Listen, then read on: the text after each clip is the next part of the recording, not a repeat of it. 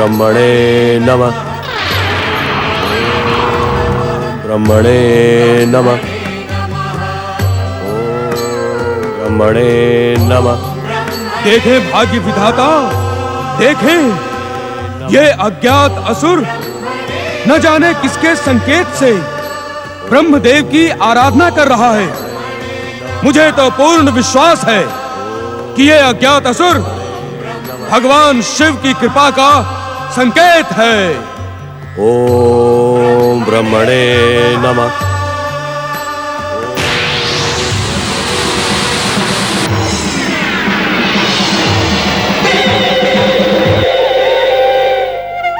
परमपिता ब्रह्मा जी, अपने पुत्र तालजंग का प्रणाम स्वीकार करें।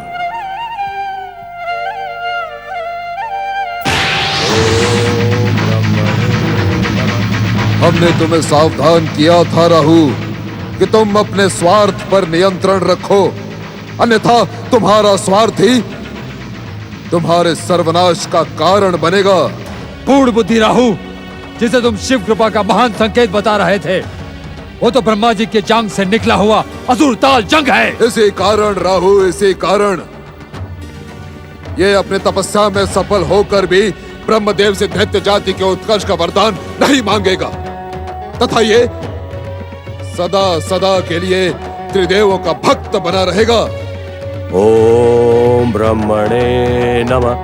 दैत्य गुरु शुक्राचार्य, भाग्य विधाता शनिदेव, दैत्य सेनापति राहु का अनुमान तो चूक सकता है, किंतु आपका प्रहार कदापि नहीं चूक सकता। अर्थात ब्रह्मा जी की जांग से उत्पन्न इस परमवीर असुर को यदि आप दोनों वरदान पाने से पूर्व ही दैत्य शक्ति से संपन्न कर दें तथा इसके भीतर विध्वंसक शक्तियों का विस्फोट कर दें, तो ये निसंदेह असुर जाति को विश्व विजय की ओर ले जाने में सफल होगा। राहु, भगवान शिव का संकेत समझकर ही हमारे मन में देव द्वेष जागृत हुआ था, किंतु ये तालजंग शिव संकेत नहीं। इसी कारण हम इसकी आराधना में हस्तक्षेप करने के इच्छुक नहीं हैं। आपका कथन पूर्ण सत्य है भाग्य विधाता शनिदेव। यदि आप दोनों इस वीर असुर के भीतर देव द्वेष जागृत करने के इच्छुक नहीं तो चले जाएं यहां से, किंतु राहु अपनी मारक शक्तियों से इसके मन में उठती त्रिदेवों की भक्ति को प्रतिशोध के भयानक ज्वालामुखी में बदल देगा। इसका नाम मात्र सुनने से संसार थर थर कांपेगा। सावधान राहु, सावधान, कहीं ऐसा न हो कि इसके भीतर ब्रह्म कृपा से एकत्र सात्विक तत्व तुम्हारी तामसिकता के स्पर्श से भयानक विध्वंस करने लगे। विध्वंस ही तो राहु को प्रिय है शनिदेव। सावधान राहु, तुम्हारा वो विध्वंस तालजंग के अंत का कारण भी बन सकता है। अपने जीवन में इतना अधिक खो चुका हूं दैत्य गुरु कि अब इसके खो जाने से मुझे तनिक भी दुख नहीं होगा।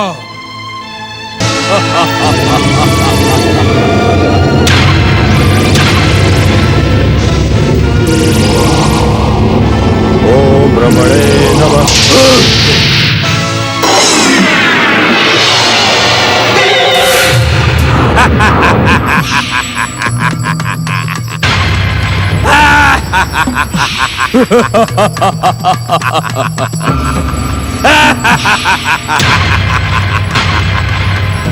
मैं हूँ तालजंग का पुत्र मोर।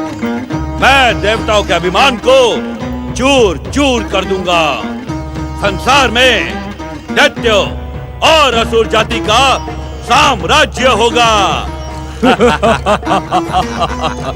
मैं अपनी भयानक शक्ति से संसार का नेतृत्व करूंगा। मैं मूर दैत्य और असुर जाति का तारक सिद्ध होऊंगा, तारक सिद्ध होऊंगा।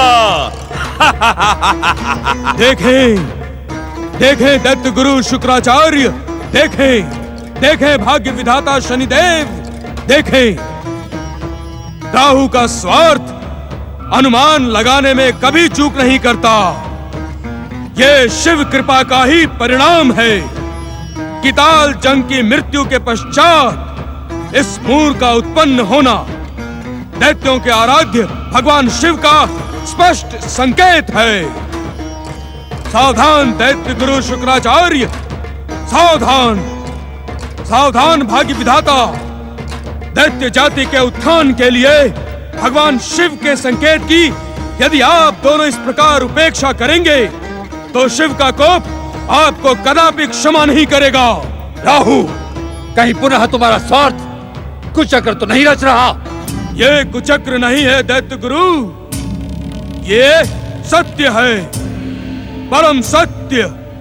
ब्रह्मा जी से उत्पन्न ताल जंग की मृत्यु के पश्चात ये जन्मामुर निश्चित ही शिव कृपा का संकेत है। दैत्य गुरु, इसकी भयानक शक्तियां आपकी और भाग्य विधाता शनिदेव की दिव्य दृष्टि से छुपी हुई नहीं है।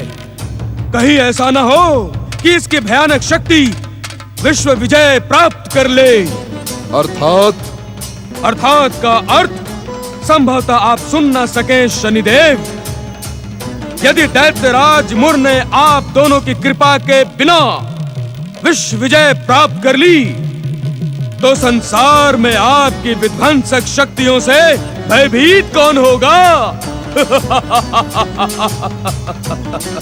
मैं आप दोनों को अंतिम बार सावधान करता हूं कि अपनी भीरुता में शिव कृपा की उपेक्षा न करें। शिव कृपा?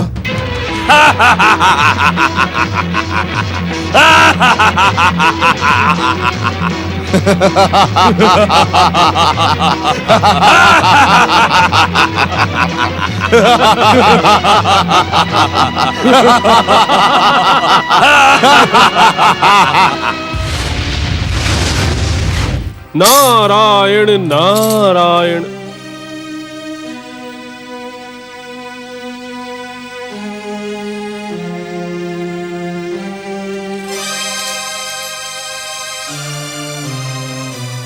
आंखें खोले परमपिता, आंखें खोले।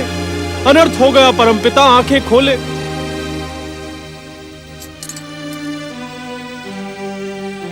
चिंतित होने की आवश्यकता नहीं है नारद। जिस प्रकार मेरी अनिच्छा से अनायास ही तालजंग का जन्म हुआ था, उसी प्रकार अनायास ही उसका अंत हो गया।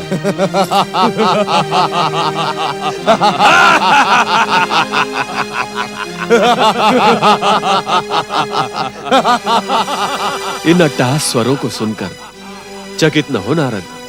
शनिदेव, शुक्राचार्य और राहु इस समय तालजंग के मृत शरीर से जन्मे एक भयानक दैत्य को देखकर प्रसन्न हो रहे हैं। नारायण नारायण। मृत शरीर से जन्मा एक महाभयानक दैत्य, ये आप क्या कह रहे हैं परमपिता? असुर होने पर भी तालजंग के शरीर में हमारे सात्विक तत्व अधिक थे। उन सात्विक तत्वों का राहु के तामसिक तत्व से स्पर्श होते ही तालजंग का अंत हो गया और उसके मृत शरीर से मुर नामक भयानक दैत्य ने जन्म लिया। नारायण नारायण। परमपिता, तब तो यह महाभयानक दैत्य आपका पौत्र हुआ ना? इसी कारण हमारी सात्विक शक्तियां और तालजंग का पुण्य इस महाभयानक दैत्य मुर को मिल गया। अब यह दैत्य राज मुर हम त्रिदेवों द्वारा मारा नहीं जा सकता नारद। परमपिता, तब तो यह महाभयानक दैत्य तीनों लोकों में उत्पात मचाएगा। दैत्य गुरु शुक्राचार्य, सूर्य पुत्र शनिदेव, दैत्य सेनापति राहु का साथ पाकर यह महाभयानक दैत्य मुर अपनी भयानक शक्ति से तीनों लोकों को मत डालेगा। परमपिता, तब तो इस दुष्ट अत्याचारी दैत्यराज मुर से तीनों लोकों की रक्षा का उपाय आप ही को करना होगा। नारायण नारायण। इस समय हम उसी उपाय पर विचार कर रहे हैं नारद।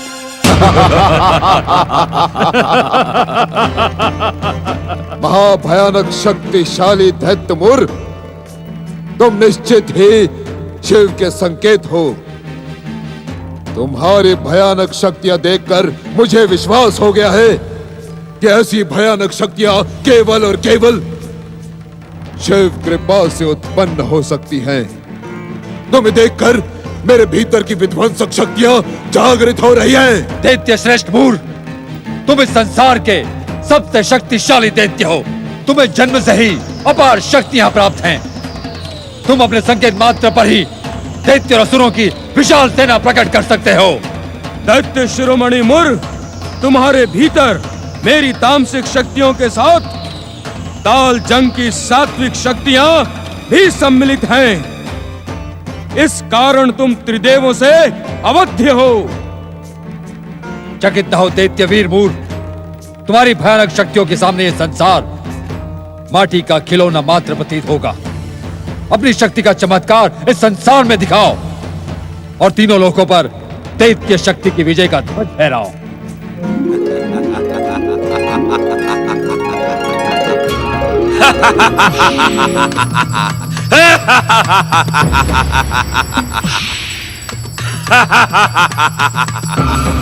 अब मैं यही करूंगा दैत्य गुरु शुक्राचार्य।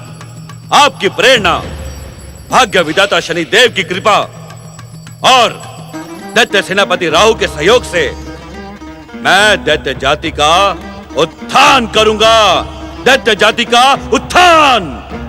आप मुझे बताएं दैत्य गुरु कि सबसे पहले मुझे क्या अधिकार करना है? दैत्य शिरोमणि मुर, तुम सर्वप्रथम स्वर्ग पर आक्रमण करके दैत्य शत्रु देवताओं पर प्राण घातक प्रहार करो और स्वर्ग पर अधिकार कर लो और स्वर्ग के सिंहासन पर आसीन हो जाओ।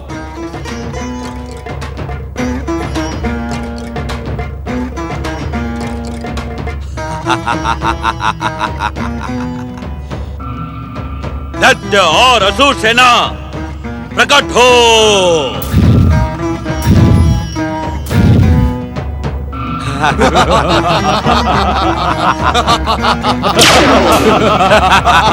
महाशक्तिशाली दैत्यराज मुर की, भाग्य विधाता शनिदेव और दैत्य गुरु शुक्राचार्य की, दैत्य सेनापति राहु की।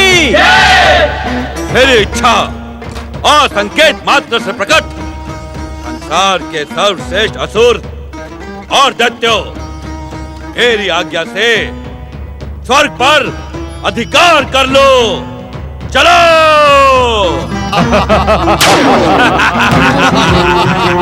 शक्तिशाली दैत्यराज मुर की, भाग्य विधाता शनिदेव और दैत्य गुरु शुक्राचार्य की।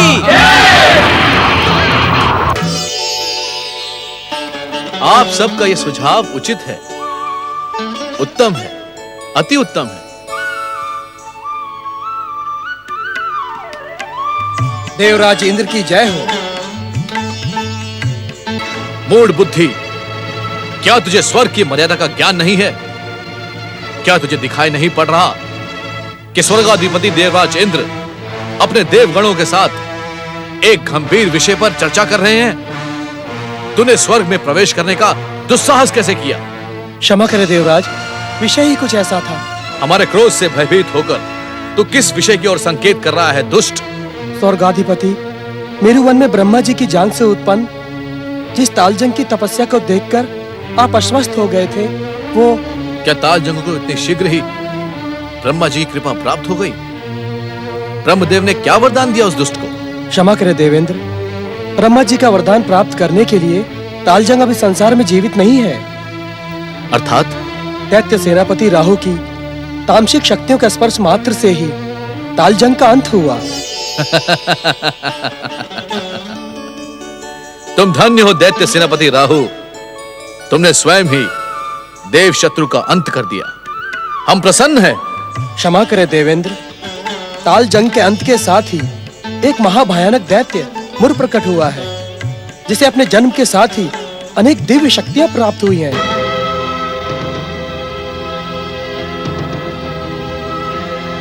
दैत्य गुरु शुक्राचार्य की प्रेरणा, भाग्य विधाता शनिदेव की कृपा और दैत्य सेनापति राहु के सहयोग से वो महाभयानक दैत्य मुर दैत्य और असुरों की विशाल सेना लेकर स्वर्ग पर आक्रमण करने आ रहा है।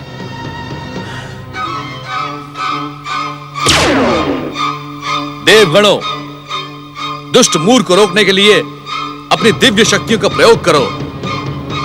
स्वर्ग की ओर आंख उठाने का दुस्साहस करने वाले को यमराज का निवाला बना दो।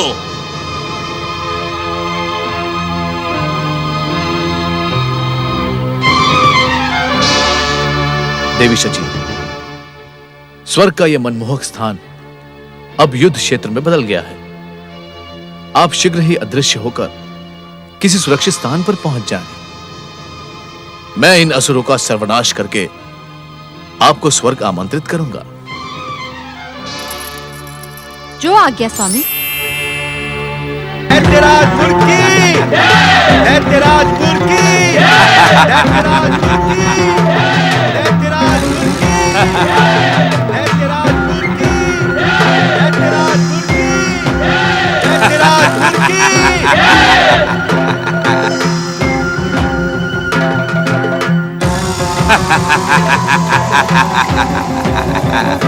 देवताओं, प्रहार।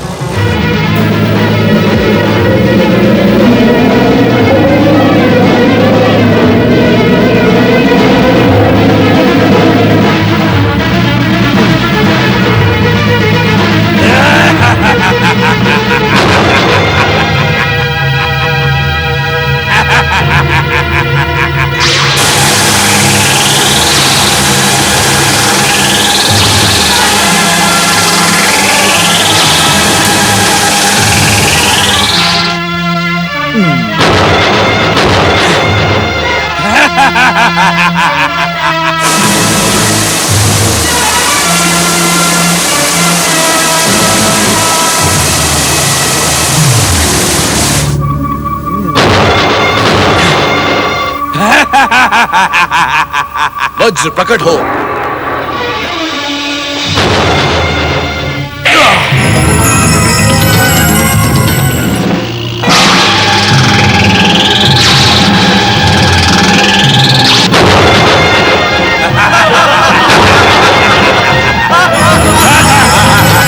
देवगणों, अदृश्य हो जाओ।